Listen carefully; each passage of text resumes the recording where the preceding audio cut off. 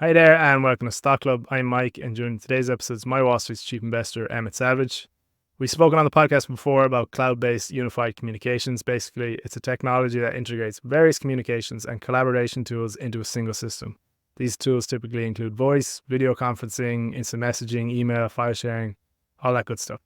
Everything we use in business, basically. According to a Covell Group report, cloud-based unified communications penetration in Ireland is currently at 44%. That is expected to double in the next 5 years.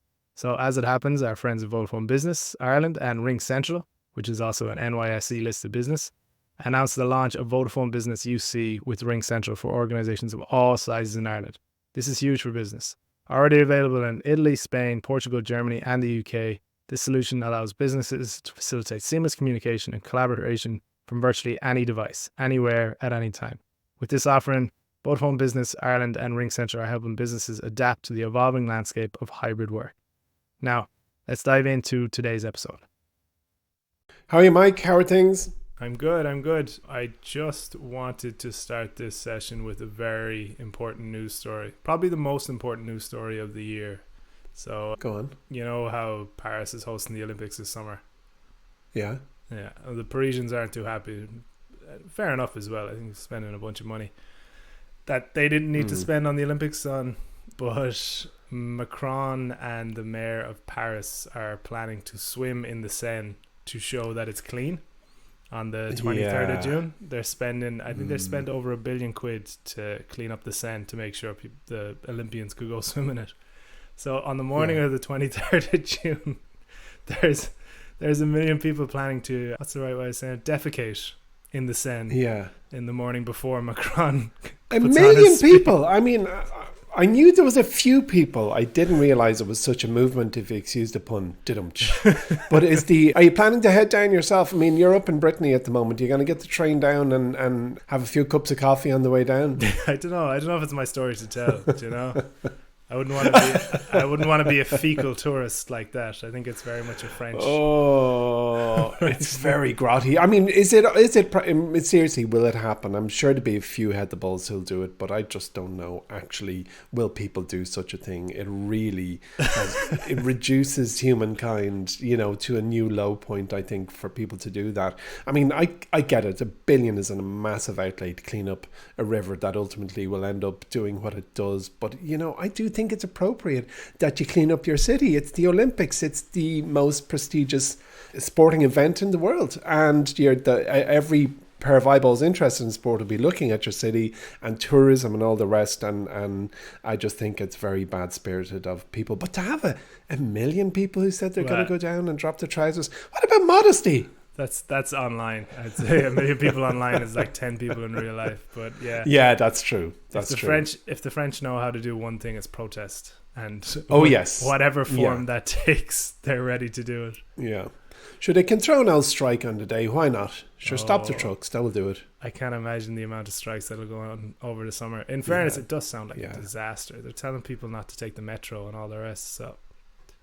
Is that so? I didn't hear about that. Why is it a safety thing? Basically, there's too many people in Paris this summer, and they want the locals to kind of step aside, basically, for all the tourists and all the spectators. For such a well-developed and magnificent city, sometimes the infrastructure is lacking. I remember a few years ago I was in Stade de France at that famous game where Johnny Sexton scored a drop kick at the end. Anyway, and at the end I looked at the crowds and I said, I'm going to walk into the city. And my friends and I set off on a track that honestly deserved its own documentary, because the things we encountered along the way, apart from it being a ridiculously long walk, it's quite a dangerous one too. It's an urban jungle, and I didn't admire the infrastructure that particular night because it felt like a lost cause trying to get on a train just from a rugby game. Yeah. I saw similar queues outside Wembley there after the Champions League final. It looked like every person in the crowd was in the one queue for Lewis. So that's Lewis. But what are we here to talk about? What's today's chit chat? Okay, we're just going to kick it off. We're not going to dwell on it for long because we're just going to end up repeating ourselves. But we have to mention GameStop and Roaring Kitty again this week. So yeah, they're booting them off, aren't they? Which is it? Charles Schwab said he's gone. Yeah, from E-Trade apparently. E-Trade. I mean, yeah. But yeah, so Keith Gill, aka Roaring Kitty, aka Deep Effin' Value, aka the most influential stock influencer of all time. He basically announced his position, was it Sunday night, Monday morning, before the markets open on Monday anyways. And it turns out he's owned, between shares and options, like over $200 million of GameStop stock. Wow. It actually makes You're talking real change here. It actually makes him one of the company's top shareholders. So obviously, before opening, GameStop doubled basically.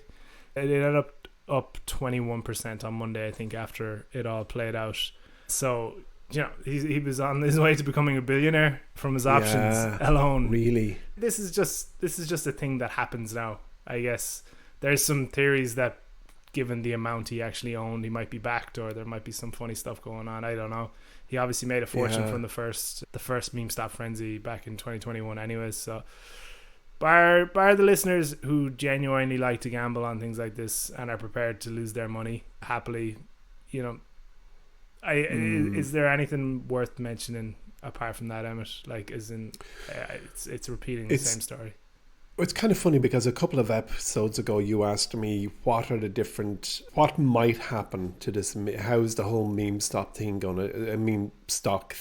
to play out, and I kind of threw out a few different scenarios such as a regulatory intervention, but I never considered, or certainly I never mentioned on that podcast, the chance that the broker would say, here, you're gone.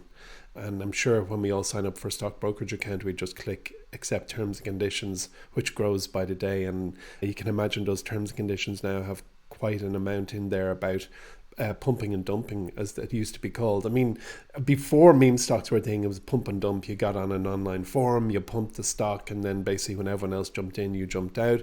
This is the modern incarnation of it. It's a story that I have not really followed very closely because it's all very trivial. Yeah, it's very trivial, and it's just going to come and go. But man, that guy has made upwards of a billion. Is that what you said? No, there was a point in time where his between the stock he owned and the stock options, where it could have was approaching $1 billion, and obviously the stock receded. Wow. I think he held on to his options. I think there's a mess as well because to sell that scale of volume of options, someone would be like, why would I buy this off him? Obviously there's something going on. So it's a messy situation. Like, you could get the tinfoil hat and say, all right, who's backing him? What's the motivations behind it? Did someone buy his social media accounts? Because we haven't actually seen his face yet. His YouTube was a big thing. So it's a bit more tacit and hidden. So I don't know. Like, let's not give it too much credence. I think it's just one of these things now that's part of the modern markets, and we're going to get into that a bit later with the later topic. But for now, we're kind of talking big picture stuff here. So we're in the run into November's presidential election. It's hard to miss the news stories happening every single day between Trump and Biden. You know, they're all capable of damaging either candidate or indeed entrenching their supporters. I don't know if it matters anymore. It's so polarizing over there. It's tough, and we don't really discuss politics here on Stock Club. I think it would, but like, I don't think this is discussing politics per se. I think it's more interesting for us to have a chat about the effect of elections on the US stock market in general. Yeah, people place a lot of importance on them, and I think it'll turn out that they're not as important as people really realize. Does that make sense? Yeah, that's for sure. Oh, it does. Yeah, I mean, in the words of Ben Carlson, in an article that was published almost 4 years ago, just before the last US election, he said, when it comes to the markets or economy, presidents get far too much blame when things go poorly and far too much credit when things go well. There's no way one person could single-handedly control the $30 trillion US stock market or $20 trillion US economy. So in fact, a week later, Ben Carlson opened his blog with another question, which was simply, does the stock market care about anything anymore? And the bottom line was yes, it's just interest rates. Really, if you look at the helicopter view of the stock market and macro events, and presidential elections are macro events, of course, interest rates are pretty much the only thing. That's about the length of it when you talk about what big thing, systematic thing moves the market. But either way, nothing stands in the way of endless analysis of the stats on the US elections and the stock market performance, Mike. It certainly feels to me that the theatre of the US elections has just gotten bigger and bigger every 4 years, which is possibly recency bias and might be related to the fact I'm the age I'm at. But back in 2004, I think it was, when W. Bush versus John Kerry, I don't recall anything particularly dramatic about that election. And then 2008, Barack Obama versus John McCain was a fascinating time in American history. I think you could say, not least of all, America was gripped by the optimism of yes, we can, and everything that went with it. And I remember fondly, and I'll get to answering your question, but I remember sitting in a bar in Alexandria in Virginia a few weeks before Obama versus McCain, and I was chatting with a young member of the US military and his girlfriend, where I learned more about how serving members of the forces vote than in my entire life up until that point, because we were having really warm conversation, an Irishman in a bar in America, chatting with the locals. I've always found to be a welcome person, and we were chatting away, and this young man was in military attire, and I asked the impossibly naive question. I can get my own face red, embarrassed thinking about this now, because truly it was naive. I asked, are you guys leaning towards voting Obama or McCain? And I got such a hostile response. The girl had to calm him down. This guy thought I was trying to infer he was unpatriotic or something. And I had to calm down. I said, there's absolutely no intent in my question. And I thought we were at a place where asking such a question would be okay. Clearly it wasn't. And I never have to learn that lesson again. You don't ask anyone who serves in the forces if they're Republican or Democrat. But there you go. I learned the hard way. Anyway, Obama won. As we all know, he won a second term 4 years later, and then we saw Trump beat Hillary Clinton, and then Biden took the current presidency, as everyone knows. And those last two election cycles and the current run-up to this November, they're just packed with news and distractions. And certainly the tone of the competition has changed when you reminisce on, say, Bill Clinton versus W. Bush, which I think was in 1992. And again, it might be just the rose-tinted glasses, or memories are sweetened over time. But I recall that competition to be very gentlemanly, I think it's fair to say. So I don't think it's naive to think that the gears of propaganda, well, certainly the gears of propaganda were spinning during that election, of course, but they were just operated in a different way. And I don't recall any disparaging remarks about from one to the other.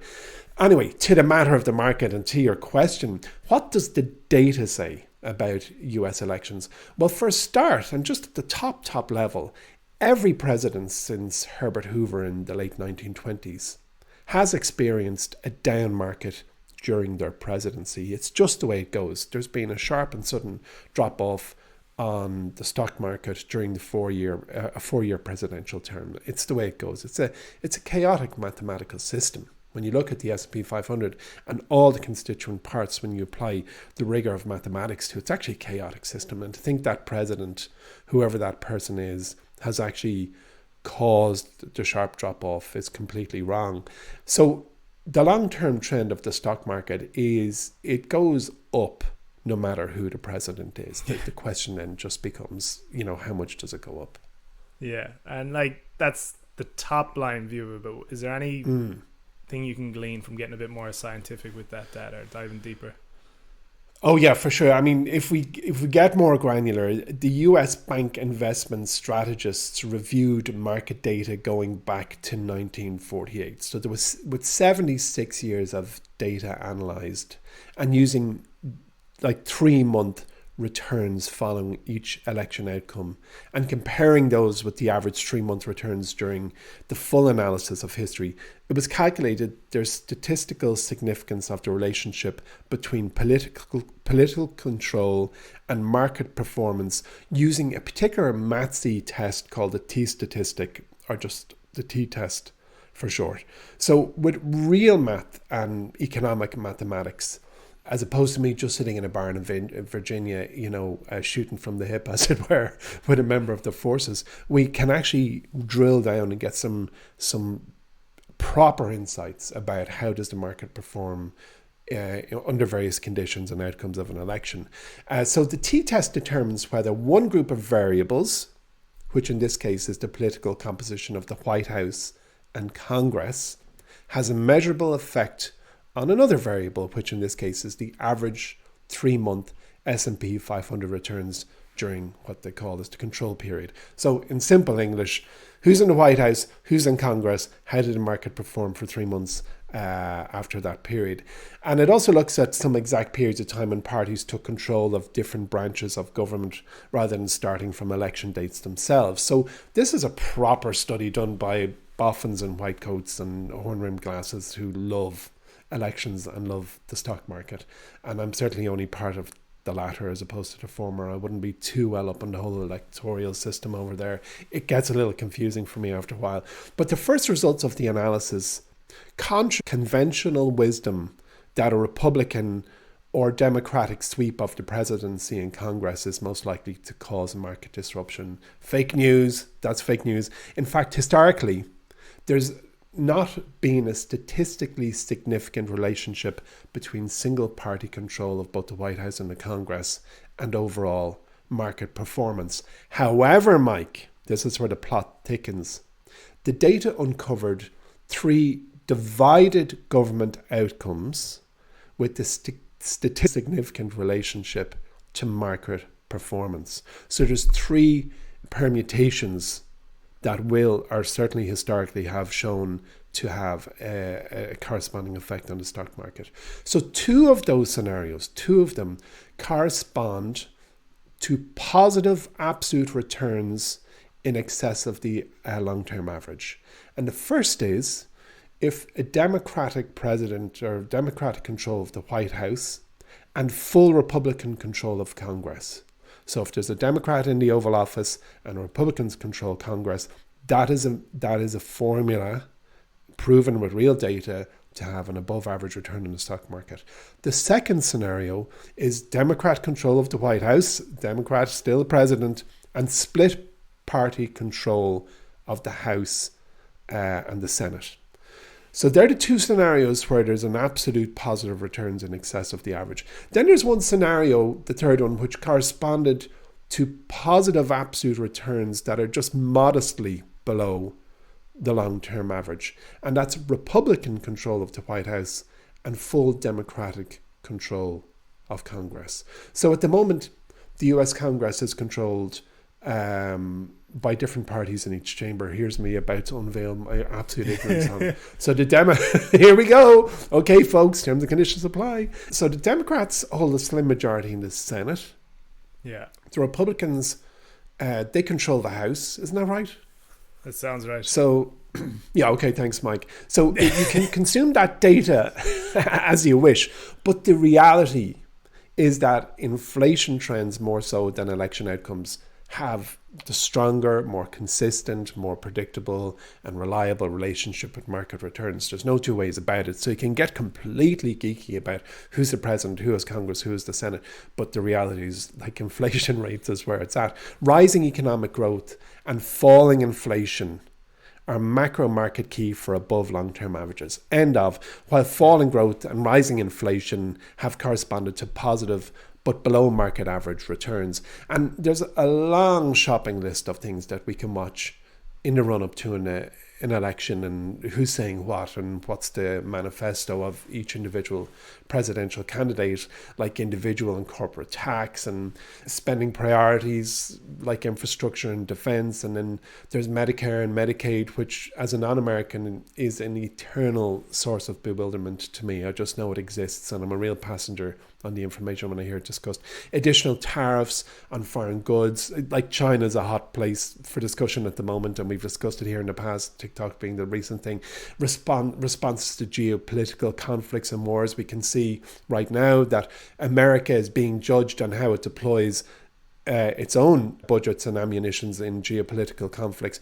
But piecing it all together and predicting the market's reaction to unforeseen events, which always present themselves. Even since we started this podcast, we've discussed supernormal events. It's impossible. It's just impossible. So really, that's where we're at. Yeah, it's just, you just can't guess. You just don't know what's going to happen tomorrow. You hope it's just steady state economics. But it's funny as well, you went into that big trove of data and it tells you specific things, but in Yeah. explaining all of it, it shows that there's no point in really following it, if that makes sense. It's so scattered, and there's good examples It's so of that as scattered. well, because conventional wisdom would say, oh, fossil fuels will do badly under a Democratic president, and renewable energy will do well under a Democratic president. That went completely opposite way, where the renewables had a great 4 years under Trump, and then Yeah. oil had a great term under Biden. And it just goes that way. And even the way you were talking about the specific elements, so a Democratic president and a Republican House and Senate, you know, Yeah. that could be completely skewed. It's like Obama basically came in at the bottom of the GFC, and he oversaw 8 years of a complete bull market, mostly tech-led. Yeah. Do you know what I mean? Yeah. So even those Totally. those 8 years could completely skew that data as well.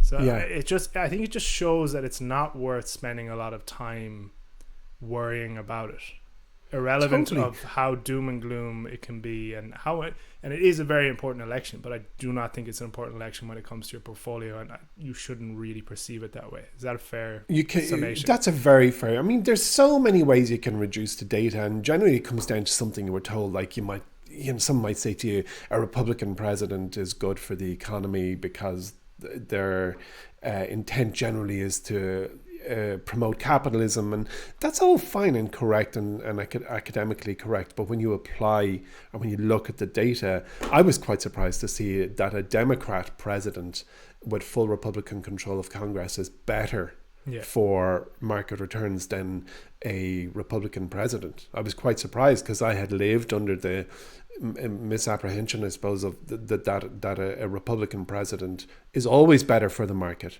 But when I dived into the data and looked at, there's some lovely charts online. That's wrong. The only absolute academic conclusive point are the three I called out, and I have never heard of a single investor in my life who decided to exit the market because of a Republican or Democrat president. Now, I have heard of people exiting the market because they weren't keen on a specific individual, but that's less about Republican and Democratic. That's more about someone taking a head full of notions and deciding that they've outthought the US economic system. Yeah. Okay, before we move on, did you ask any other experts what they thought? Oh, yeah. I asked the expert. Of course I asked the expert. So I asked... the expert.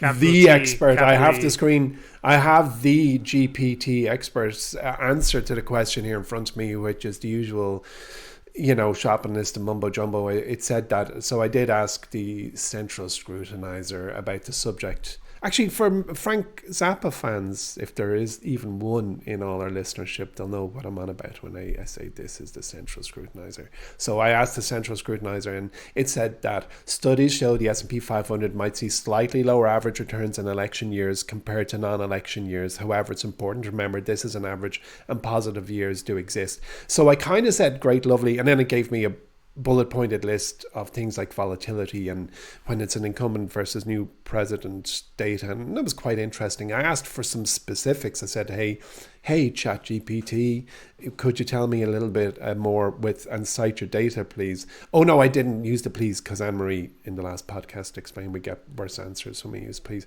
But it basically said it did throw up something I thought was quite interesting, which was a study by T. Rowe Price, giant brokerage house, which found that the average and median total returns for the S&P 500 were modestly lower in presidential election years compared to non-election years.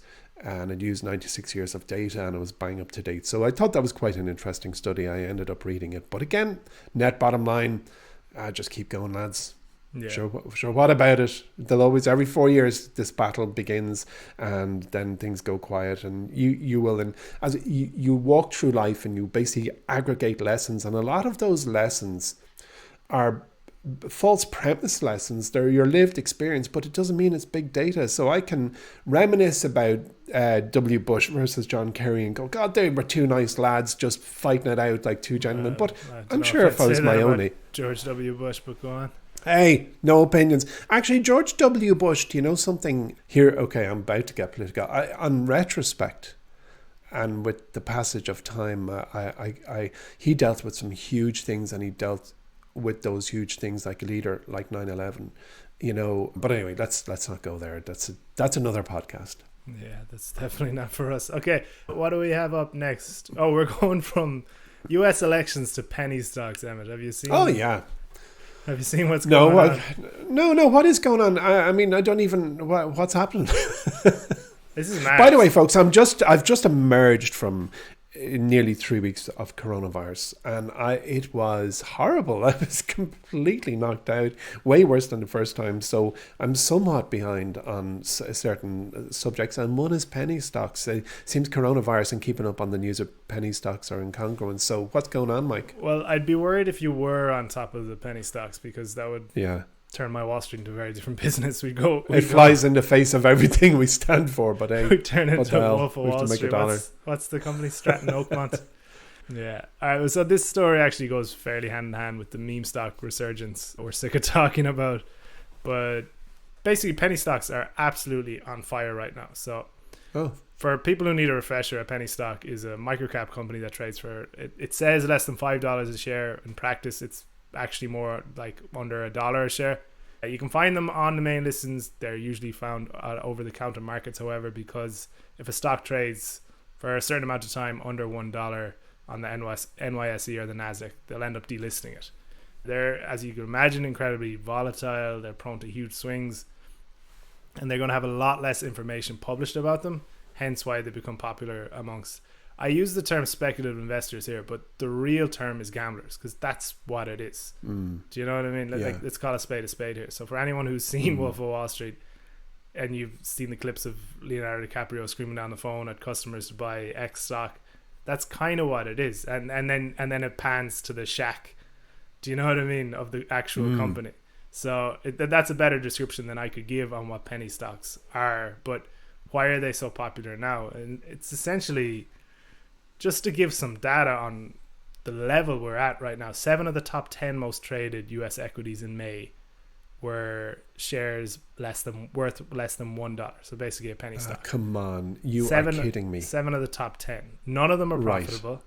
And like, it's hitting records now, but it's been a persistent trend since the pandemic, basically. So in 2020, it doubled from 2019. And while it receded in 21 and 22, it's up above pandemic levels in 2023, and then up above that again in 2024. So it's a really worrying trend, because it brings into this element of gambling that people have become so used to when it comes to financial markets. We have the meme stock craze, which is a thing in and of itself, but it lends itself to a wider shift, I suppose, in thought process. Does that make sense? You can bring you can bring in crypto into that as well. And now we have penny stocks too. So it is just pure speculation. So like, the most traded stock in May on Wall Street was Green Wave Technology Solutions. Have you ever heard of that? Ever? Right. No. What do they do? I mean, the name is probably clues in the name, but tell us. You haven't heard of it because it's worth 30 million quid. Right. In spite of that, it traded 510 million shares. Daily average. Come on. That is hilarious. So daily average. Get out. People bought and sold shares of Greenwave Technology Solutions 510 million times a day. That doesn't madness. That does not compute. But you're right. It's what you said there about gambling is that illustrates the point. And we've spoken, I think, in the past about Jason Zweig's book, Your Money and Your Brain, which is a terrific read, one of my favorites, in my top 10. And my son always says, Dad, your top 10 is about 50 long. But it's one of my top 10 books is Your Money and Your Brain. Hopefully we'll be interviewing Jason, Wall Street journalist, in our podcast soon. But in that book, he says you have to acknowledge there's part of the brain biologically, and more often in male brains than female brains, that needs a flutter. And what's happening from my perspective on what you just described is that inside one's mind there's a confusion of signals. You think that buying that Greenway Safe Energy, whatever you said it's called, and investing in Google is the same category. It's not. It's entirely different. They should not be. You should acknowledge yourself as a gambler if you're going in for penny stocks and hope to exit the position in the next few hours, days, or even by the end of the week, because that's what you're doing. It's either swing trading. It's not even momentum trading. You're swing trading. You're hoping for an uptick. Bring in the buy and ask spread, and then you've got a whole new equation. But look, Mike, on what does all this mean on the big picture? So you asked me a couple of weeks ago, what's the whole meme stock thing mean for us investors? What does this penny stock thing mean, and what's the big picture? Well, one of the interesting developments, I suppose, of the meme stock saga back in 2020, 2021 was that it brought a load of new investors onto the market. Yeah.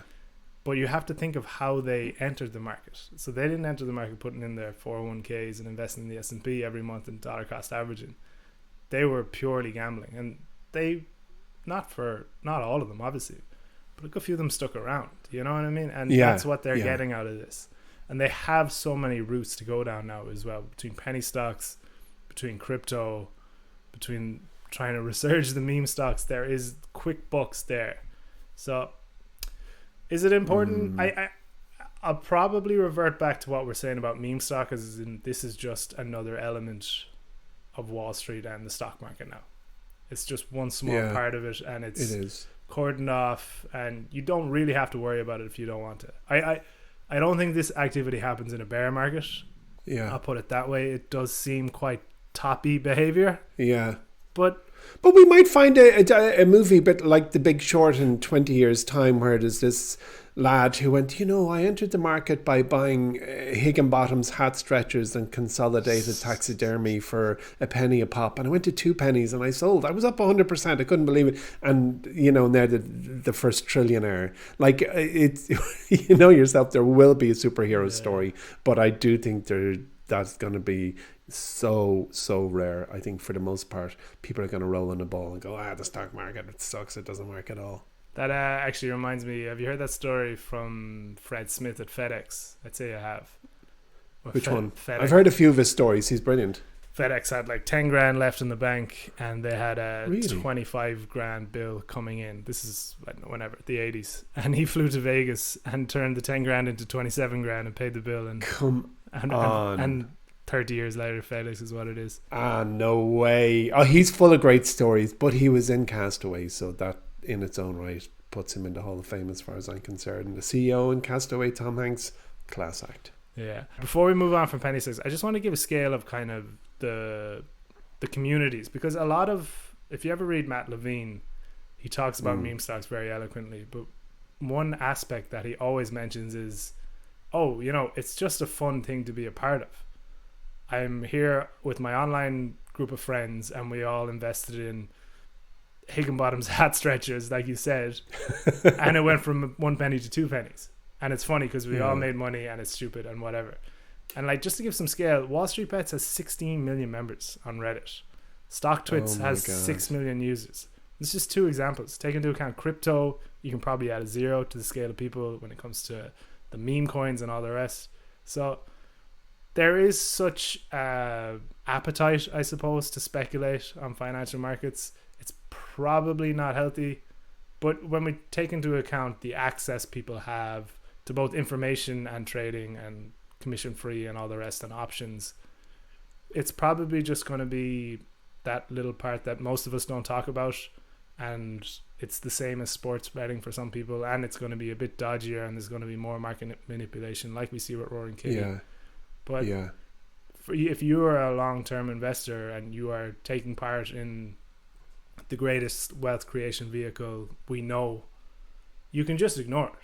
Do you know? People can prophesize and say it's like evil way of making money and late stage capitalism or whatever, but if you look at it, it's the same as sports gambling to a lot of people. And it should be probably just perceived as such. So that's a fair point. And it's once you've categorized it correctly in your own life and you don't think you're an investor, because you're not really getting deep into the story to understand its prospects and its SWOT analysis and its management team, you're logging into Roaring Kitty or Wall Street Bets and you're going, right, what's the story? What are we doing today, folks? Basically, where are we going today? And can we make a laugh out of it? Yeah.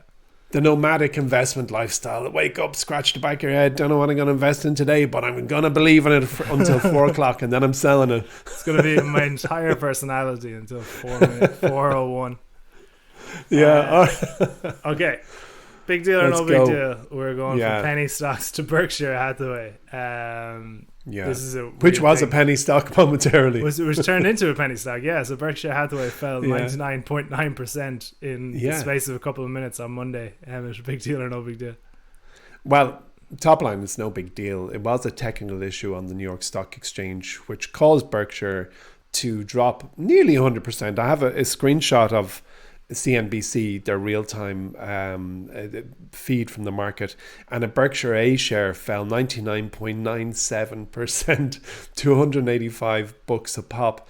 And the issue related to price bands from Consolidated Tape Association, and it also affected two other stocks, Barrick Gold and NewScale Power.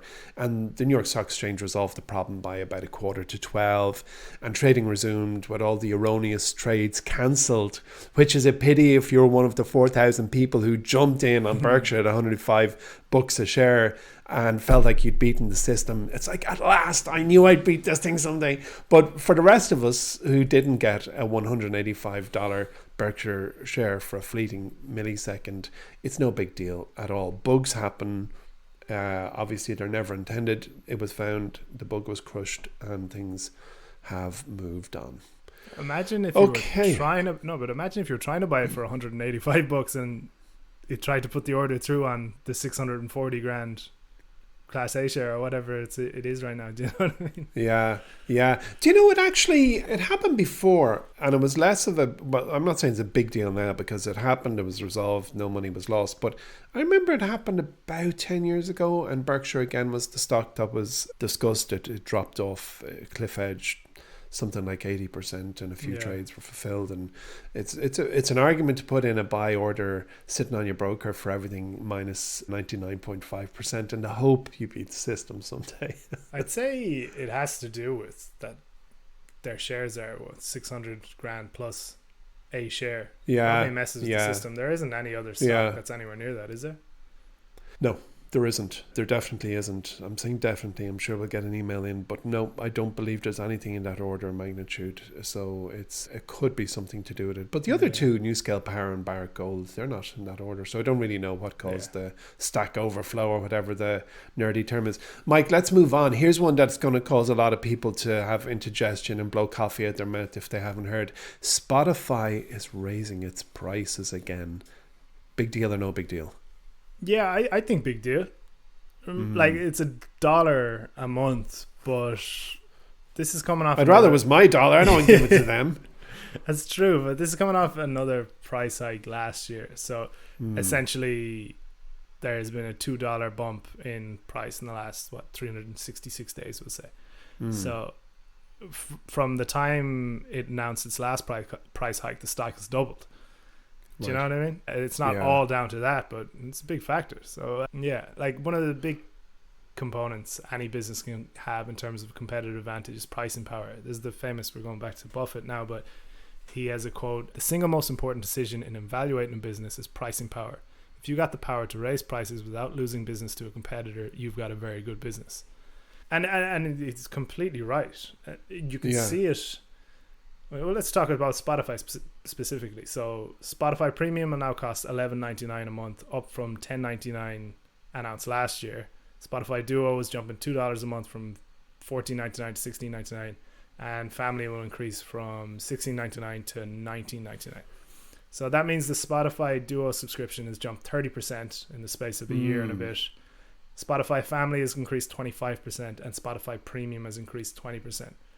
If you just zoom out and look at Spotify as a business and think about margins alone, they've done no extra cost, and they've brought in an extra 30, 25 and 20% on all their main plans. If you can do this and maintain a decent retention rate, the benefits are obvious. Do you know what I mean? It seems like a no-brainer. So the question is, will subscribers kick up a fuss and lose all their playlists and data and everything else over the sake of $1 a month? I doubt it. No. I don't think so. Could you imagine? Do you use Spotify? Actually, I'm one of the 5 subscribers to Apple Music, but everyone else in my everyone in my family uses Spotify, and they espouse its brilliant, its greatness. And there's this AI DJ who I hear play, and certainly they seem to have it down. But I agree with you. People are not going to cancel. They'll barely blink, because a book is a book, and you love the service, so you don't really anchor to the fact that you already gave them an extra book. I'd say they'll see very, very little attrition. It brings me back to Leaving Cert. It's a poignant reference, I suppose, because we're recording today, Wednesday, 5th of June, which is the first day of the Irish National Exams, which are called the Leaving. Yeah, Leaving Cert. Today, the Leaving Cert begins, English. And beautiful. Actually, I have an app on my phone for the solar panels we have, and it had 2 kilowatts generated. I'm such a nerd. With 2 kilowatts generated before 7:20 a.m. I thought, wow, must be. I don't know what that means, but it sounds funny. for but context, anyway, for the American listeners snark. and UK listeners as well, there's just a famous anomaly. Basically, anytime the Leaving Cert starts, the weather gets good. Yeah, for sure. The first day of the national exams is the nicest day of the year. But where was I going with that? Oh, yes, it brought me back to my own Leaving Cert, which was economics, price elasticity, and that's that graph, an XY graph with a line going up. And that was the type of business you wanted, which is no matter how much you increase the price, demand for your product didn't decline. Ideally, it was, basically you've got complete control of your pricing structure. And when I think of Spotify, I always think of, is it inelastic? Yeah, it's an inelastic price response, which means that they could jack up the euro or the dollar per month, and subscribers just shrug because they know how much they love it. They know it's got all their listening tastes. Netflix have proven this recent times. They jack up the price. Their price inelastic. I hope I'm getting this right. I really am working off data I learned 32 years ago and then decided to forget. But it's a wonderful business model. And it also reminds me of, like, when you look at a business opportunity, and I'm speaking as an entrepreneur here, but when you look at a business opportunity, you think of a bell curve or half a bell curve. And the center point of the bell curve, which is there's a bunch of stuff that everybody needs. Maslow has it nailed, but basically we all need heat, food, water.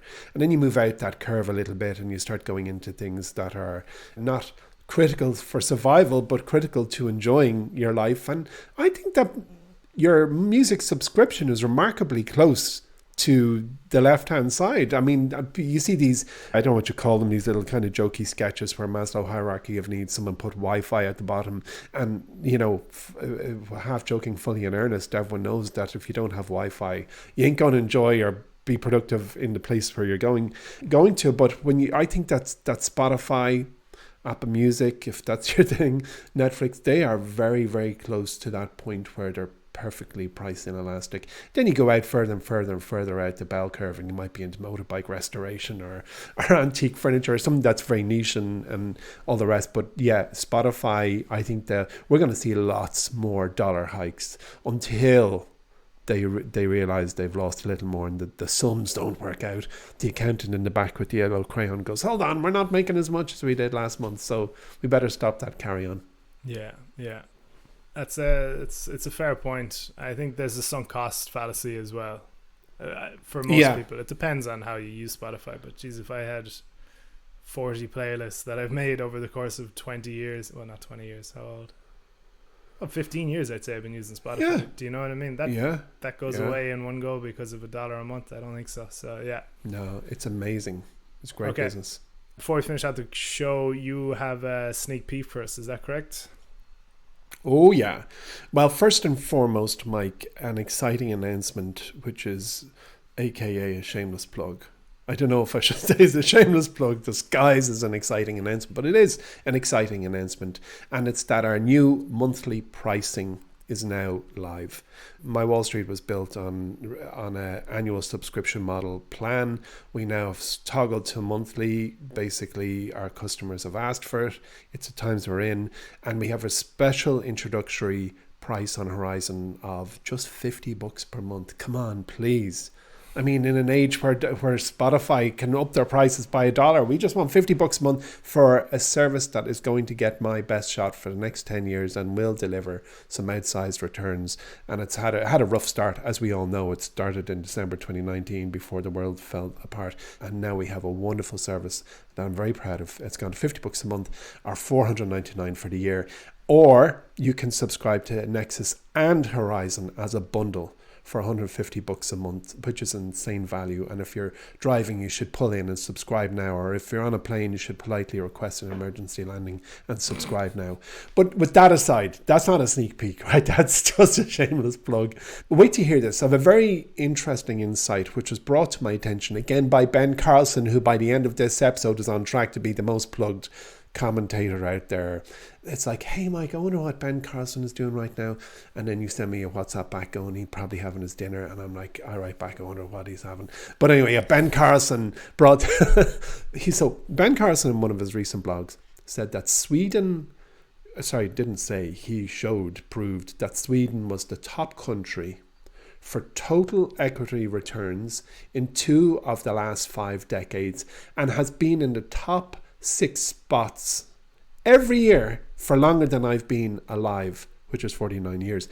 The list includes USA, UK, Japan, Germany, Canada, all the giants of the economic world, and Sweden was top dog more than anywhere else. It's always in the top 5 markets for stock market returns, and number one position the most amount of times. And I've rabbited on in the past about how great an environment Sweden is for stock investing, and I am a mega fan. Well, as you know, well over half of the stocks in Nexus, which is our premium AI and real human intelligence powered service, has identified stocks, or half the stocks it's identified, more than half are from Sweden. So there's one reason to jump in and subscribe. And the other reason is that today, which is Thursday, we're going to set the podcast live on Thursday, I'm going to buy shares in Horizon in a company that everyone in the world has heard of, simply because I'm completely convinced that it's going to be a 10xer from now before I retire, whatever retirement might mean for me. And not owning this company in some capacity is, I'd imagine, an international crime. I'm no lawyer, but I'm buying shares in this company, and I'm just so convinced it's going to 10x from now. It's been beaten down for reasons that are reasonable in the short term, but the world always over-indexes the short term and underestimates the long term. Brilliant. Okay, and just on that Swedish point as well, there is a brilliant long form piece on the Nexus site called The Swedish Method, where we dive into the data behind what Emmet's saying there. It's definitely worth a read if you are interested in Nexus. Okay, Emmet, thank you very much for joining me, and thanks everyone else for listening. That's it for today's show. Remember, before you leave, just if you want to hear more about the launch of Vodafone Business UC with Ring Central for organizations of all sizes in Ireland, just click on the link in the show notes, or if you want to see more details in your email, sign up now at MyWallSt.com. Also, a reminder, if you're interested in joining Horizon or Nexus, we have the monthly bundles.